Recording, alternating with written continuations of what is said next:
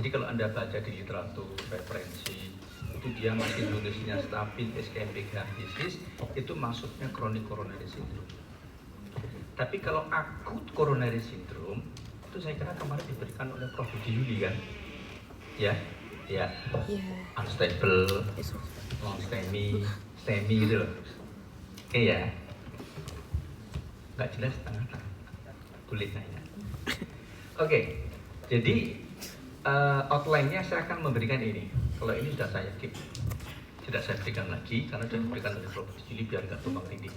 Jadi saya akan menyampaikan introduksi, kemudian coronary artery anatomy, definisi CCS, clinical presentasi, main mechanism, dan step-by-step approach. Ini tolong Anda pahami, walaupun nanti Anda praktek sebagai general practitioner, Anda akan dapat pasien ini, yakin saya. Ya, tapi kalau Anda sebagai dokter emergency, Anda akan banyak menerima ACS. Saya punya data di UGD-nya Sarjito, jam 6 malam sampai jam 6 pagi, 60% pasiennya ACS. Jadi silakan nanti kalau pas praktek, pas jaga di UGD, siap-siap tidak tidur. Oke, cardiovascular disease. CVD itu kardiovaskuler. Kardiovaskular disease itu semua vaskuler, penyakit vaskuler, baik sentral, brain, heart, jantung maupun apa? Hah? Betul, peripheral artery disease. Jadi link ischemic, coronary, brain. Brain bisa perdarahan, bisa ischemic. Kalau di coronary konteksnya akut coronary syndrome, chronic coronary syndrome. Kalau di kaki peripheral artery disease bisa peripheral di kaki, bisa di aorta. Itu namanya CVD. Oke. Kemudian yang jadi masalah ini menjadi penyebab utama kematian 10 juta per tahun. Yang tidak enak itu adalah 35% di Asia ini kematiannya disebabkan oleh CVD. Yang jadi masalah lagi, di Asia itu meninggal prematur. Meninggal prematur itu meninggal sebelum usia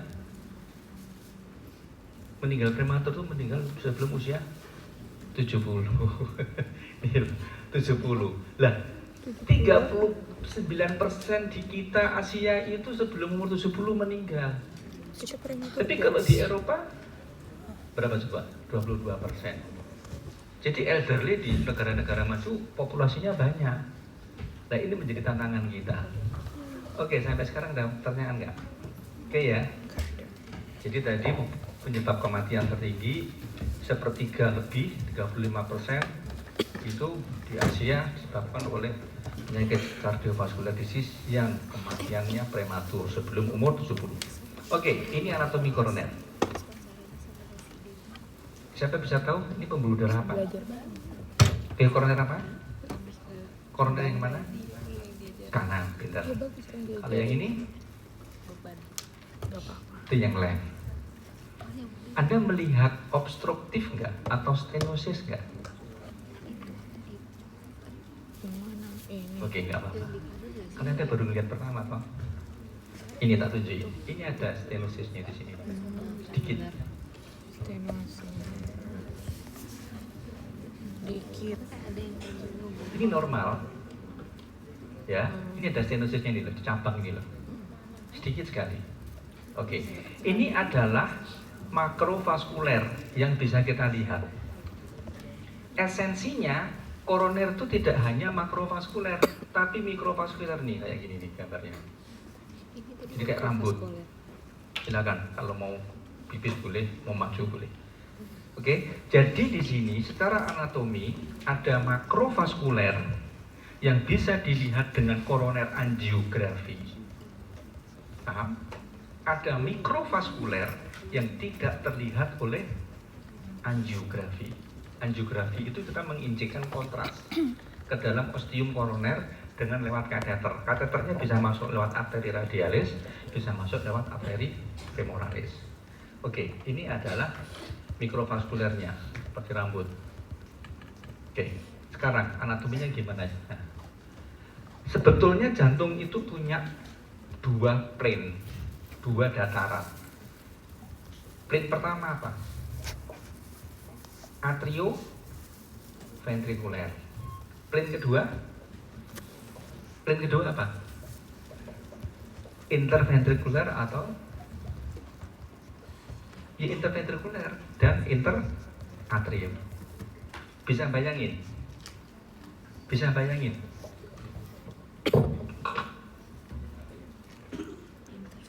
Ini atrioventrikuler, interatrium. Terus di sini juga ada pembuluh darah koroner kiri RAD itu di sini. Kemudian pembuluh darah LCE left coronary circumference di sini. Dia di interatrioventrikuler tapi di kiri. Kalau kanan di atrioventrikuler kanan. LAD di sini. PDA di mana? PDA di sini. Bisa bayangkan tiga dimensinya. Satu. Yang kedua.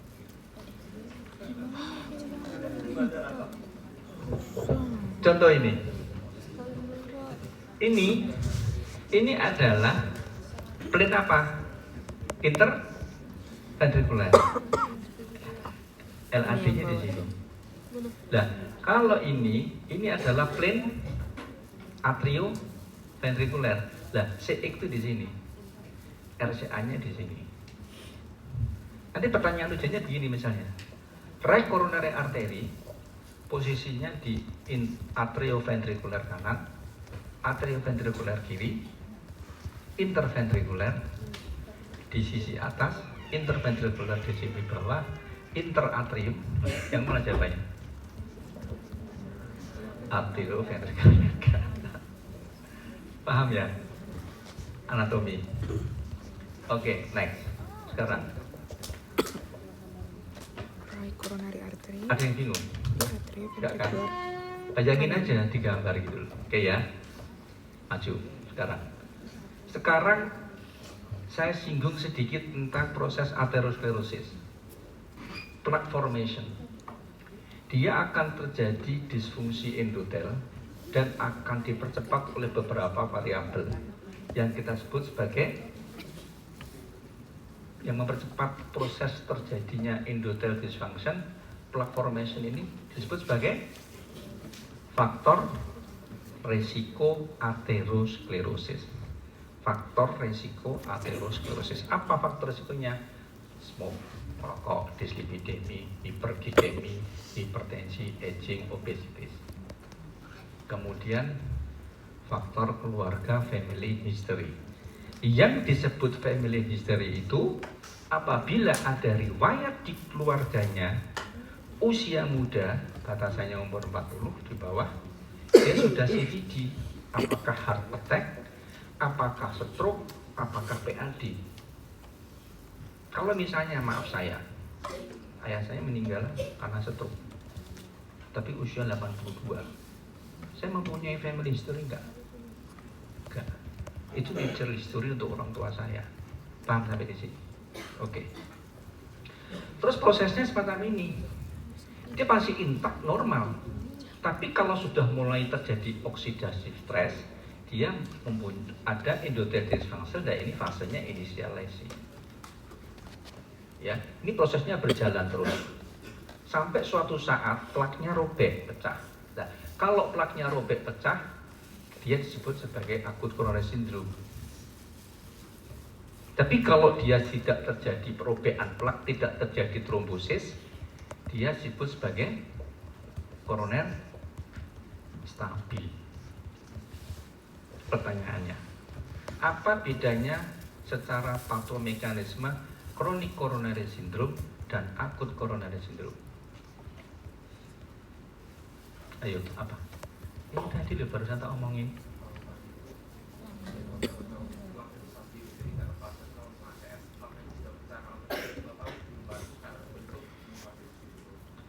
kalau terjadi trombosis pada plak yang rupture, ACS. Jadi trombosis. Tapi di ACS ada formation plak nggak? Ada. Kalau di CCS ada trombosis nggak? Nggak ada. Oke, konsep itu. Sehingga kalau Anda ketemu kasus ACS, apa obatnya? Antitrombotik, antikoagulan. Bisa fibrinolytik, bisa antikoagulan. Kalau fibrinolytik kalau total trombus, STEMI gitu loh. Paham ya? Clear ya? Oke. Next. Sekarang CCS. Termnya itu apa? Terminologinya chronic coronary syndrome. The clinical presentation, presentasi, ya enggak, pada CAD tapi kondisinya stabil.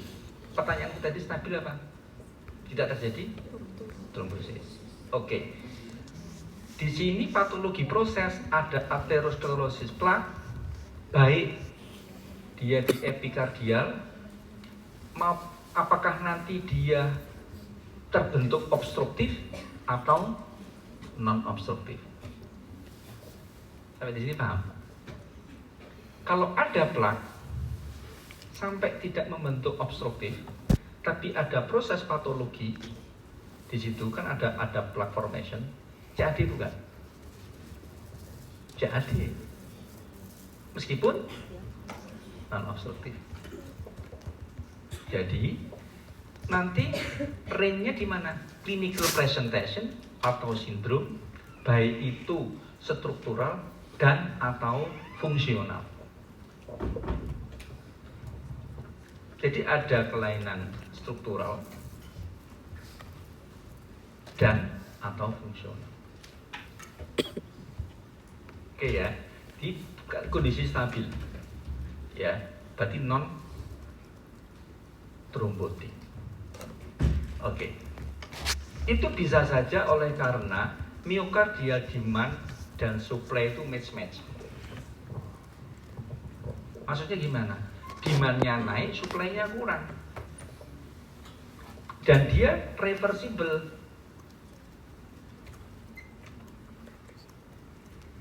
Paham ya?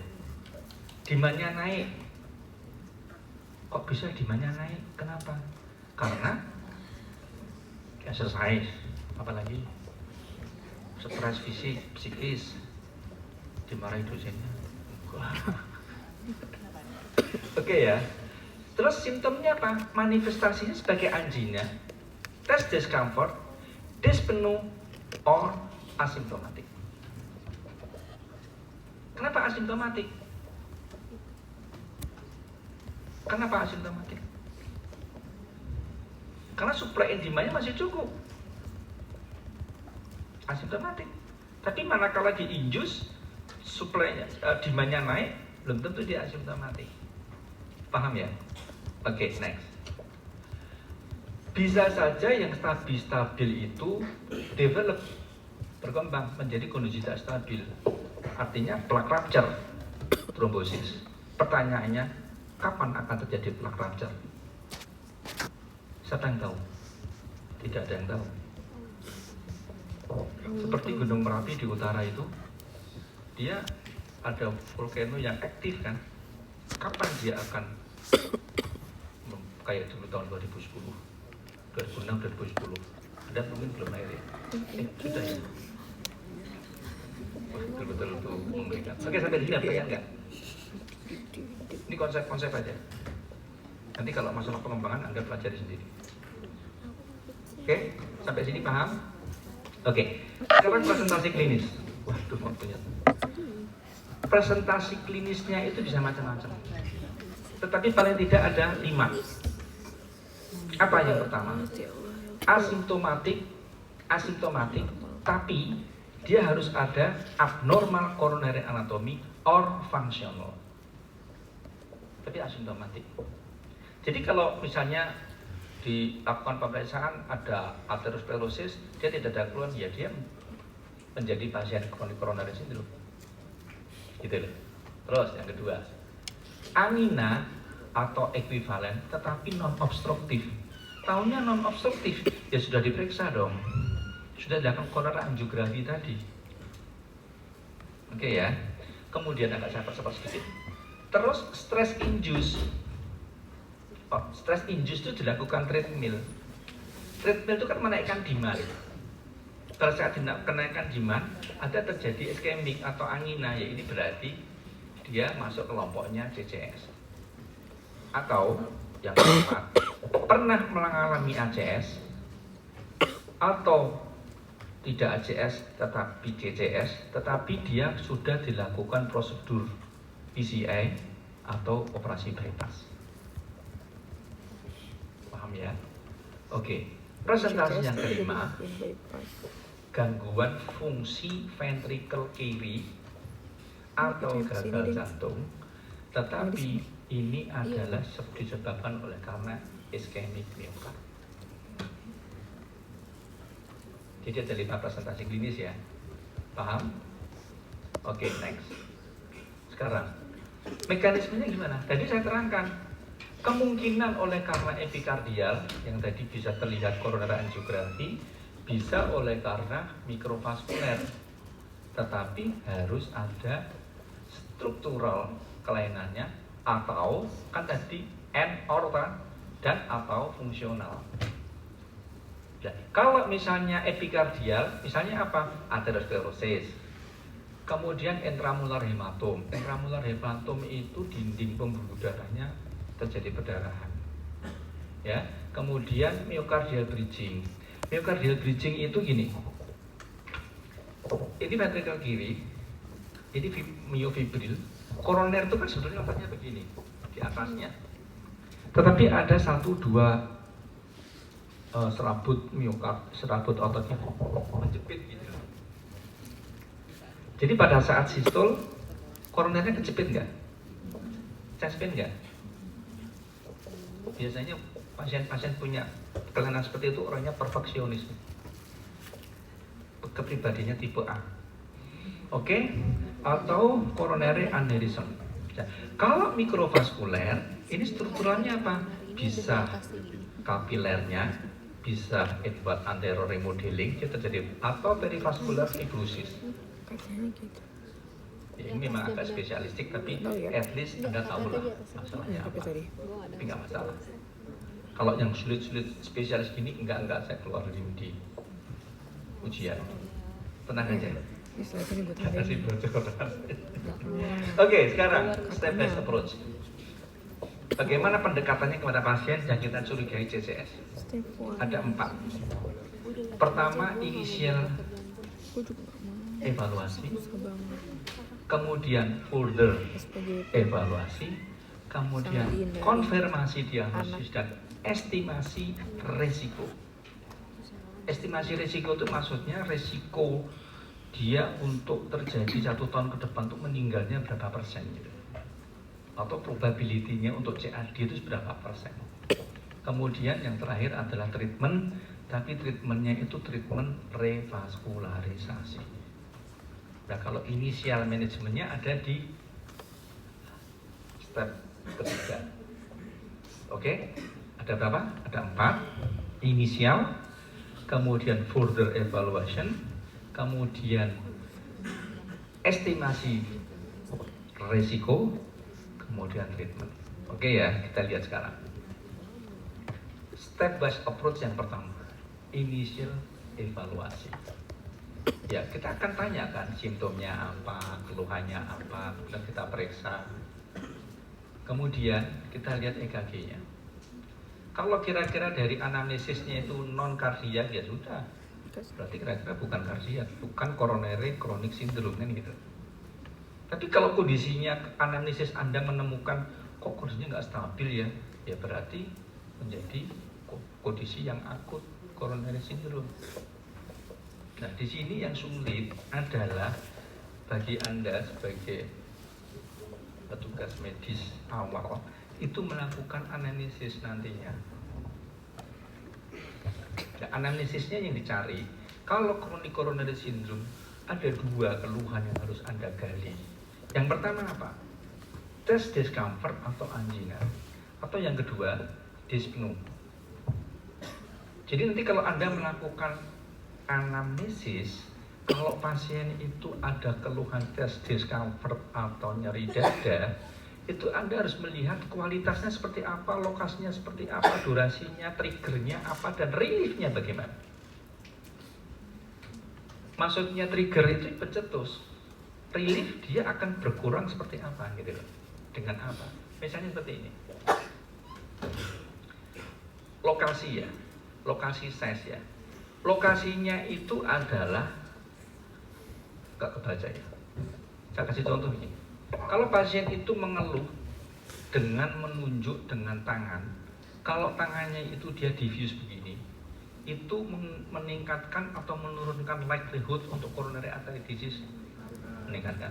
Kalau dia pinpoint finger, oke, berarti Anda sudah paham.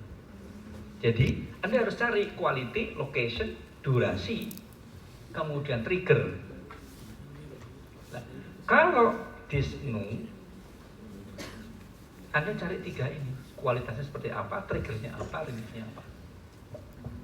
Jadi kalau dari beberapa variabel ini, Anda bisa mengira-irakan ini akan meningkatkan likelihood untuk chronic coronary syndrome atau menurunkan likelihood untuk chronic coronary syndrome. Sampai di sini ada pertanyaan? Oke, tidak ada pertanyaan, saya lanjut, saya mengejar waktu.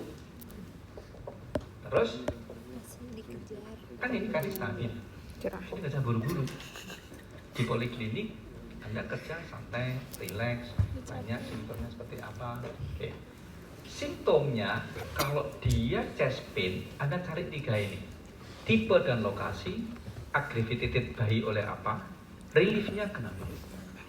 Setiap simptom ini kalau ada, Anda kasih nilai skor 1.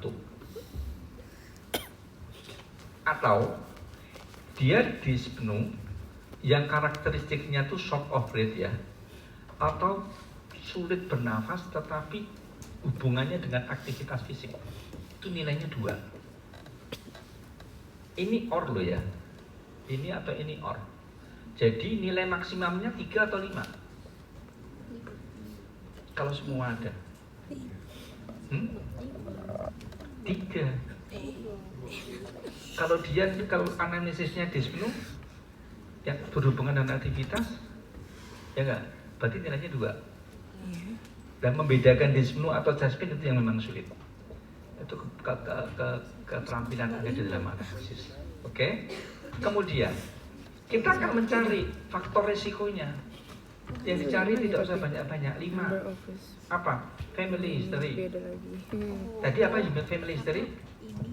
Ada riwayat di keluarga yang ada hubungan darah, bukan pasangan loh ya, bukan suami istri, ini bukan penyakit menular. Bapaknya, ibunya, tante, ada hubungan darah, dan dia kejadiannya usia muda. Berarti kalau begitu dia masuk family history. Kemudian merokok, dyslipidemi, hipertensi, dan diabetes. Yang Anda cari faktor risikonya 5 ini. Nah, kemudian kita hitung skornya. Ini digabung. Untuk apa? Untuk mencari berapa persen pasien itu mempunyai kemungkinan CAD obstruktif. Tak kasih contoh. Saya umur misalnya 50 tahun, laki-laki, hipertensi, family history nggak ada, diabetes nggak ada, hipertensi. Saya chest pain, karakteristiknya 3. Saya mempunyai probability untuk CAD obstruktif berapa persen? Umur 50, laki-laki, skornya, risk factornya cuma 1, berarti 4. Sini dong. Kan poinnya 3, simptomnya 3. Paham? Saya punya simptom, skornya 3. Faktor resikonya hipertensi. Umur 50, laki-laki. Jadi di mana posisi saya? Laki-laki, poin 3, umur 50. Risk factor-nya 1, berarti 21%. Nah, ini maksudnya kuning. 21 itu belong to yellow. Ini moderate.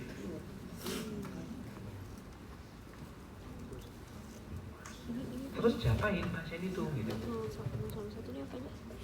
Kan ada 3 chest pain-nya. Faktor resikonya 1. Ya sudah, Anda terapi boleh, Anda further evaluasi boleh. Oke, further evaluasi untuk mengakses clinical likelihood obstruktif CAD. Anda boleh melakukan echo, Anda boleh melakukan exercise test. Exercise test itu apa? Exercise test ECG itu apa? Treadmill. Jadi pasiennya disuruh lari dengan mesin treadmill sampai dengan titik EKG. Oke ya. Tadi kan kita bicara sampai di sini nih. Nah sekarang clinical findings-nya ketemu apa? Kalau tadi yang saya contohkan saya di EKG, EKG-nya normal. Terus pemeriksaan selanjutnya apa? Echo atau treadmill. Tapi pada saat EKG resting didapatkan salah satu dari ini, misalnya resting ECG-nya sudah ada V-wave atau ST depresi, berarti dia sudah punya abnormal clinical likelihood.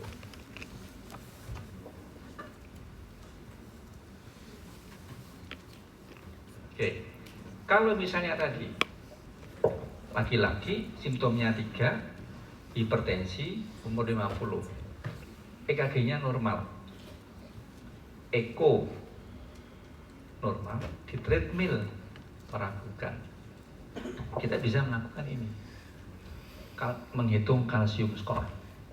Jadi dilakukan CT, MR, MSCT, multi slice coronary. Ya, nanti kalsium skornya berapa? Kalsium skor itu dia bisa 0 sampai di atas 1000. Jadi sini akan melihat berapa posisi pasien itu ada di kuning, apa ada di oranye, apa di merah. Kalau nanti posisinya ada di oranye atau merah, baru dilakukan invasif evaluasi, jadi koroner angiografi. Itu ya. Nah, kalau tadi misalnya further non invasif didapatkan treadmill test, dilakukan treadmill test yang tadi misalnya, treadmill testnya itu dia mengatakan apa? Skornya berapa? Maksudnya begini, tak kasih contoh ini. Nih treadmill. Dia di treadmill test itu harus keluar duk treadmill score. Ini cara rumusnya. Jadi Anda nggak perlu menghitung, kan ini akan dilakukan oleh dokter yang sudah terlatih. Anda harus bisa tahu maknanya. Duk treadmill skornya berapa? Skornya berapa? Kalau skornya itu ternyata di bawah -11, berarti itu termasuk high risk. High risk untuk apa? High risk untuk dia pasien itu mempunyai risiko untuk pembuluh darahnya dan penyempitan di atas 75% sebanyak 99,6%. Jadi kemungkinan dia akan ada sumbatan 75% nyempitnya itu sudah hampir 100% betulnya dari dokter. Paham sih? 99,6. Paham ya? Oke. Atau dia mempunyai multivessel disease. Kemungkinan pasien itu multivessel disease 93%. Atau di dalam 1 tahun ke depan pasien itu akan meninggal 5%. Saya ulangin ya. Laki-laki 50 tahun, simptomnya ada 3 tadi skornya. Risk factors-nya hipertensi.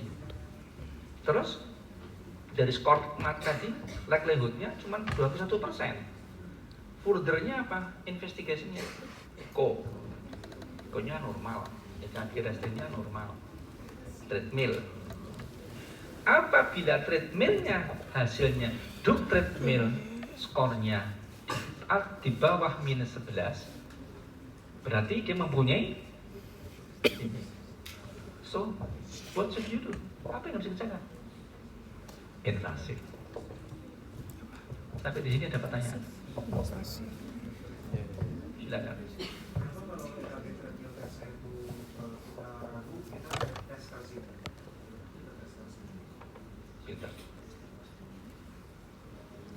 Exercise test. Dia mempunyai sensitivity-nya cuma 60%. Spesifikasinya 77%. Satu slide di atas berapa? Salahnya berapa persen? 30% ya.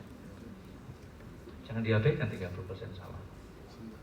Dan kadang-kadang treatmentnya dia belum tidak menginformasikan ini. Tidak menginformasikan kalau dokternya itu maaf lulusan UGM pasti lulus duk. Kalau enggak dimarahin dokter Esa. Oke, lah sekarang ini kan fungsional Pak, Mas, fungsional. Anatomikalnya seperti apa? Don't know. Makanya itu kalsium skor. Kalsiumnya skornya tinggi nggak? Kalau ternyata treatmentnya tidak ada informasi ini, terus kan di CT kalsium skornya dia pasti ada kalsium skornya Pak. Kalau kalsium skornya dia bilang 1000,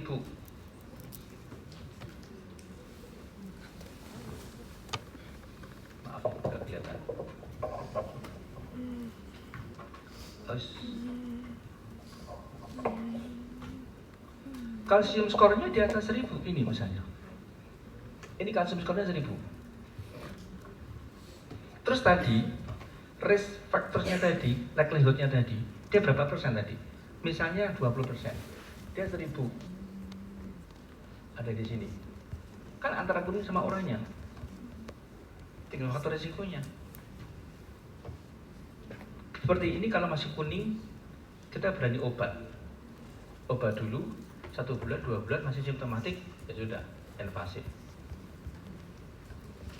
Inilah seorang medical doctor itu ada artnya, ada seninya. Anda akan bisa menggambar lukisan bagus kalau Anda latihan.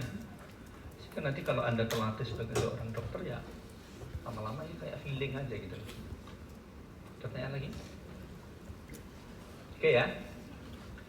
Oke, jadi kenapa ini saya terangkan hanya exercise test? Karena hampir semua rumah sakit di Indonesia punya treadmill. Bahkan Prodia aja punya treadmill.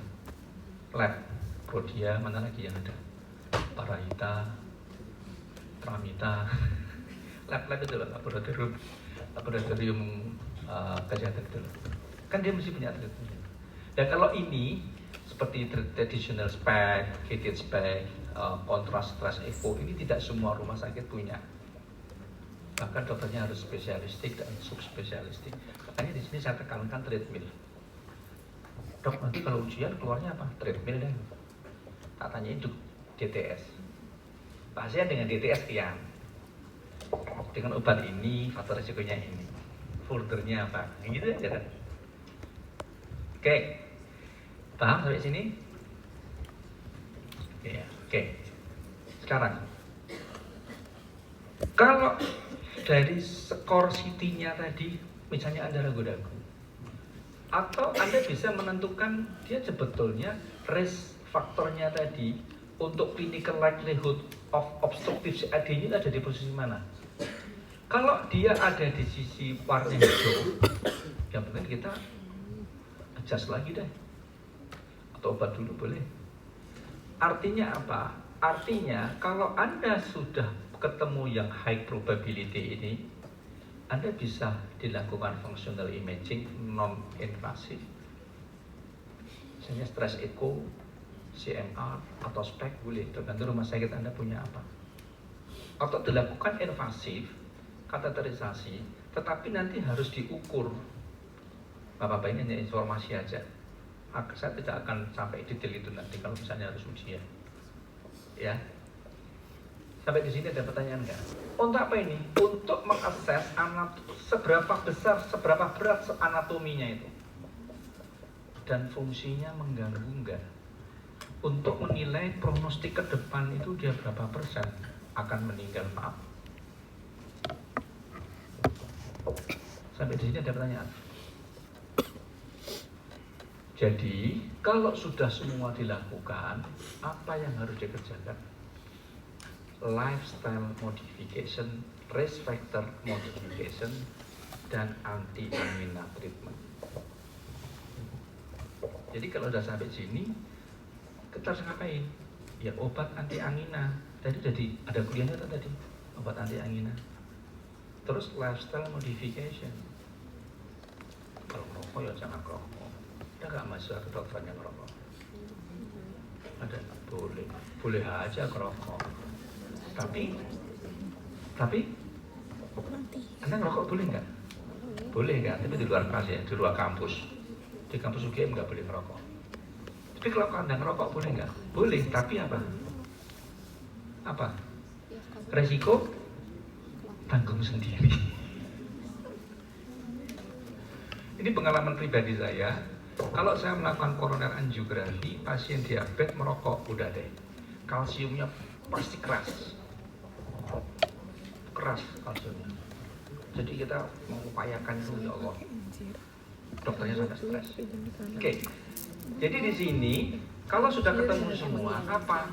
Dilakukan anti-angina, lifestyle modification. Apabila masih refraktor simptom dengan double anti-angina, berarti kita harus masuk strategi invasi, baru dikateterisasi. Nah ini Anda kirim ke dokter spesialistiknya. Sampai di sini ada pertanyaan nggak? Masih 15 menit.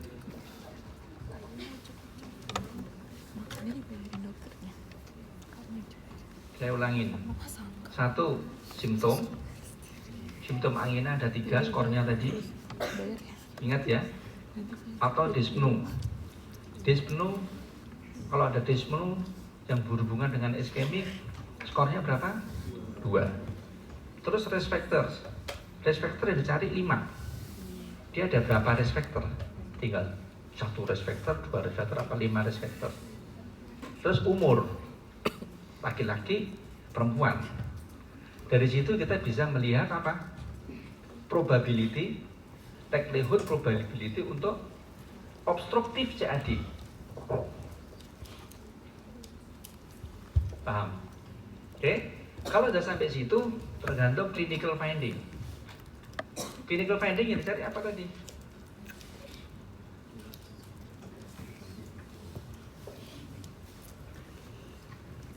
Resting EKG. EKG-nya ada kiwir atau ST depresi. Oke? Atau treadmill. Exercise ECG itu kan treadmill. Atau LV dysfunction. Berarti dilakukan pemeriksaan apa? Echo. Ya. Atau ventricular arrhythmia. Ya EKG kan? Atau peripheral artery disease. Nah, peripheral artery disease tahunya gimana? Ada simptom. Simptomnya apa? Claudication intermittent. Claudication intermittent itu sama dengan angina on effort. Hanya beda tempat, hanya beda anatomi. Sama-sama iskemik.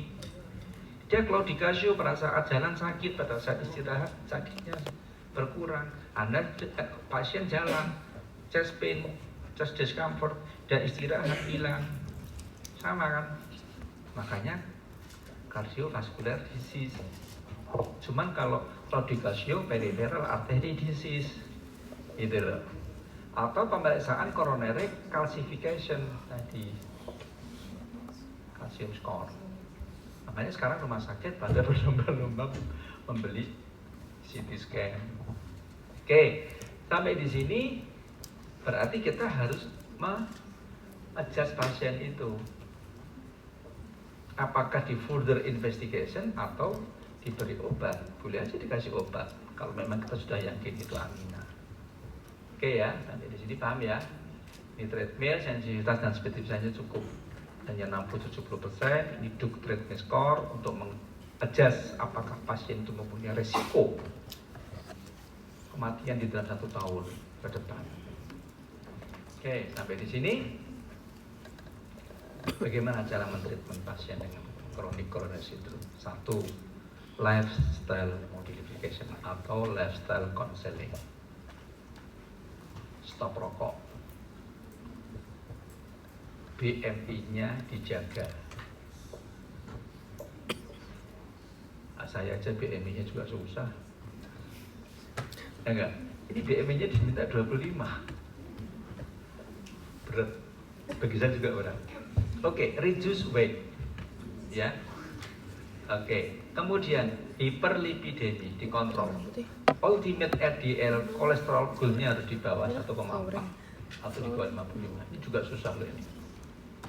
Ini modifikasi style.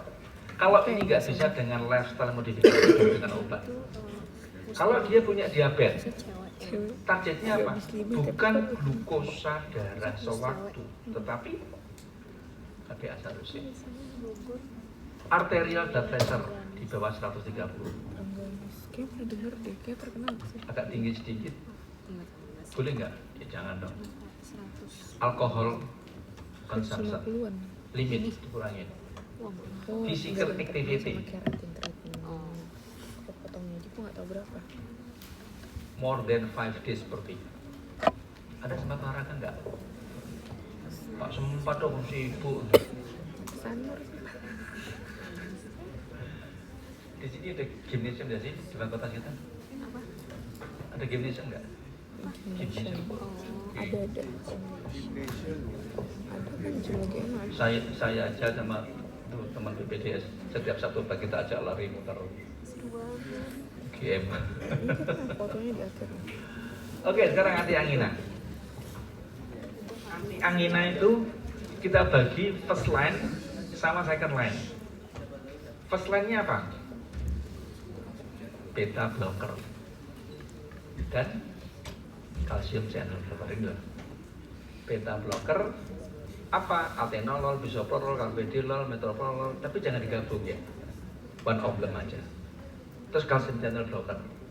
Baru kalau dengan first line ini nggak mampu, masih ada simptomatik, kita bisa memberikan obat second line-nya. Second line-nya apa ini? Bisa ibabradin, nitrat, ranolasin, nikorandil, dan uricasidin. Sampai sini ada pertanyaan nggak? Tadi kembali ke contoh kasus. Umur 50 tahun, hipertensi, simptom anginannya J3, risk factor-nya cuma 1. Di treadmill, DTS-nya didapatkan minus 4. Apa yang Anda berikan? Obat anti hipertensinya apa? Ini free blow. Beta blocker. Bisa untuk anti hipertensi, bisa untuk anti angina. Oke? Oke, nanti dibaca aja ya. Sekarang perlu nggak dikombinasi? Boleh aja beta blocker dikombinasi. Tapi kita harus hati-hati ya.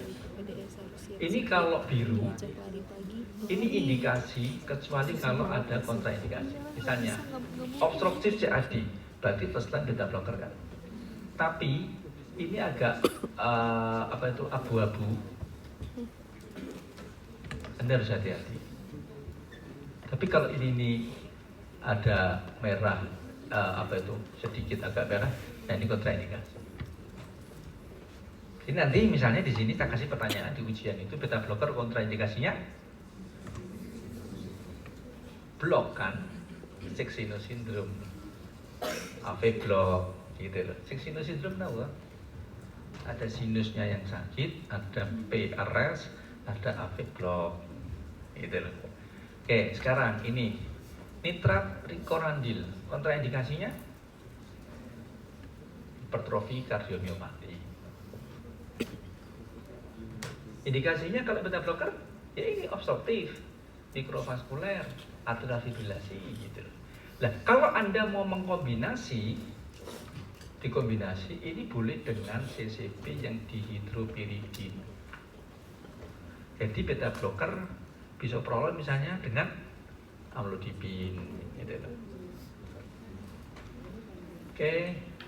Nah, sekarang kalau kapan dilakukan invasif? Dilakukan invasif ini bila tadi pemeriksaan tadi non invasif itu kalau masuk kelompok very high risk atau di atas 85%, ya baru ke invasive strategy. Atau Anda sudah melakukan treatment, medical treatment maksimal, tapi simptomnya masih ada, baru dikirim untuk koroner angiografi dan kemungkinan nanti akan dilakukan BPCA atau CABG. Karena ini kronik stabil, beda dengan akut koroner sindrom. Kalau akut koroner sindrom pasiennya datang jam 9 malam, ya dokter cath lab itu datang jam 9 malam. Jam 1 malam juga datang jam 1 malam. Jadi prinsipnya, ya enggak tadi, kalau drug terapinya ini sudah maksimal, masih ongoing, simptom baru invasif koroner angiografi. Gitu lah. Oke, ini kira-kira muter-muternya begini nih. Bikin diagnosis and prognostic, initial medical treatment, consider evaluation bila diperlukan, dan nanti kembali lagi ke follow-up-nya. Jadi contoh kasus 50 tahun, simptomnya ada 3, faktor resikonya hipertensi, treatmentnya DTS minus 4.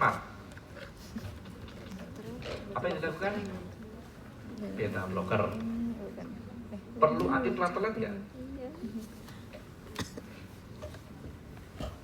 Perlu, tapi single antiplatelet, bukan double antiplatelet, ya.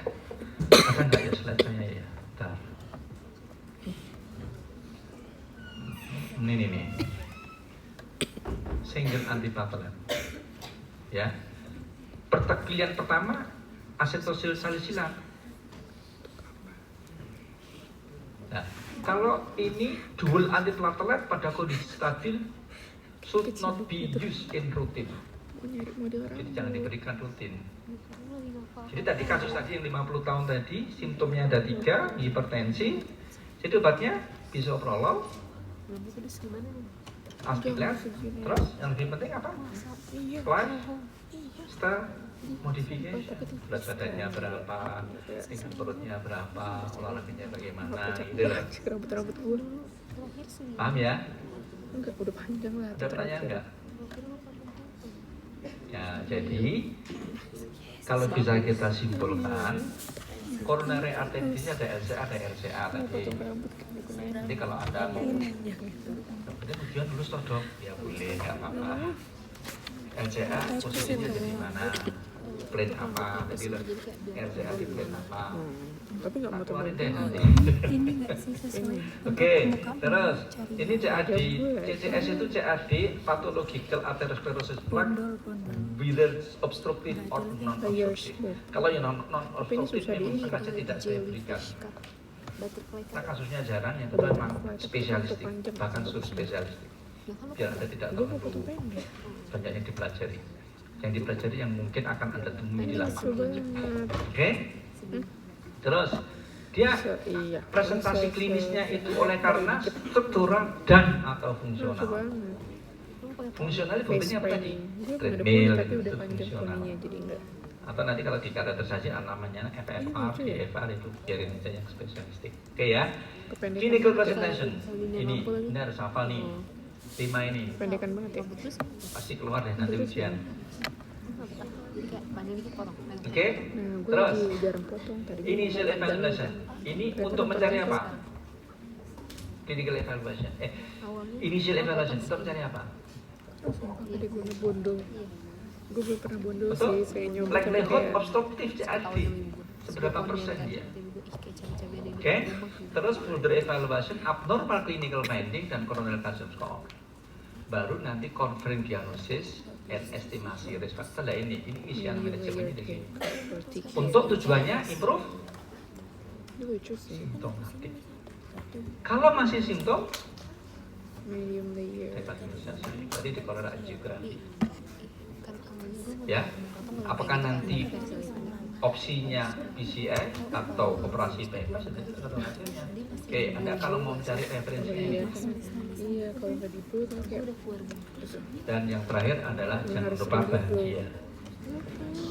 asik. Kenapa? Karena ini lifestyle modifikasi. Anda tanya nggak? Kok si audio recording itu kok nggak bisa audio? Gimana ya? Gondol aja. Apa? Jadi di iklan kan gue nanya kalau sih bagus-bagus ya mesti bagusnya sama dia tapi tidak habis di Yang kemana sih sampai 9? terus untuk dia Gue kan udah gak ada duit, baru ada hari ini juga berminat ke sana. malah ada duit Baru ada hari ini. udah masuk Udah dong tinggal 20.000. lu udah kasih per bulan apa kayak per minggu Per bulan. Tapi bukan yang biasanya kok.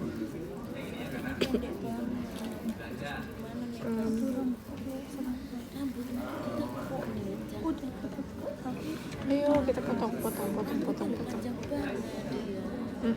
Dia bayar. memang untuk PAI-nya dikonfirmasi ya PAI Udah lah. Rani. Cek Rani dulu. Saya pilihkan contoh ini itu biar Anda penasaran. Ini statusnya sangat meragukan. Ya kalau meragukan begini, tergantung dari clinical finding sama non invasifnya bentuknya apa. Kalau masih sama-sama nggak ini ya, saya harus mengukur stenosisnya ini bermakna nggak untuk iskemik. Nanti kalau stase di koas pas masuk di cath lab, ini tanya aja. Bentar. masuk ke 3 opjin anak sama Inilah, Jam berapa ya gue ambil? ada plaknya sedikit. hari Tapi ini kalau ini Sore ini sama sekali nggak ada plaknya, mulus. 4:30. Nah ini terlihat kontrasnya ini adalah makrovaskulernya, Elita. mikrovaskulernya nggak kelihatan. Enggak, mau beli kerudung doang. Mikrovaskuler ukurannya kan mikron. udah nggak ada kacamata Kalau ini milimeter. Oke? Lebih nggak enak sama. Duit, iya mak gue udah kayak Ini kalau masih belum jelas, silakan datang ke Sivo ya ICU atau ke Garland nyari saya. Sekian ya, wassalamualaikum soalnya warahmatullahi liburan wabarakatuh. gue nanti nggak ngeluarin uang